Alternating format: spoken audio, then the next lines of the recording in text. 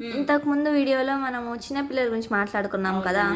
ఇప్పుడు పెద్దవాళ్ళ స్ట్రెస్కి కొన్ని ఫ్యాక్టర్స్ చెప్పవా? పెద్దవాళ్ళ స్ట్రెస్కి ముందు మొబైల్ ఫోన్స్ తక్కువగా చూసేవాళ్ళం కాబట్టి పక్కన వైఫ్తో కానీ లేదా హస్బెండ్తో ఎవరితో ఒక స్పౌస్ కానీ లేదంటే పేరెంట్స్ గ్రాండ్ పేరెంట్స్ ఇంట్లో ఉండేవాళ్ళు, వాళ్ళతో మాట్లాడుకునే వాళ్ళం. అండ్ ఫ్రెండ్స్ ఉండేవాళ్ళు, వాళ్ళతో మాట్లాడుకునే వాళ్ళం.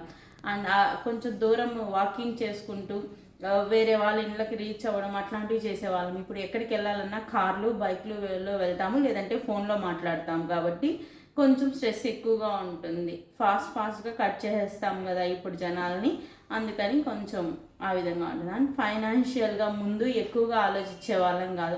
ఎంతసేపు ఉండడానికి ఇల్లు ఉందా, కట్టుకోవడానికి బట్టలు ఉన్నాయా, ఫుడ్ ఉందా అని మాత్రమే ఆలోచించే వాళ్ళం. ఇప్పుడు అలా కాదు. ఎక్కువ జతల బట్టలు, ఎక్కువ ఫుడ్ వేస్టేజ్ ఉంటుంది. And different type of factors అనేవి స్ట్రెస్కి కారణమై ఉంటాయి.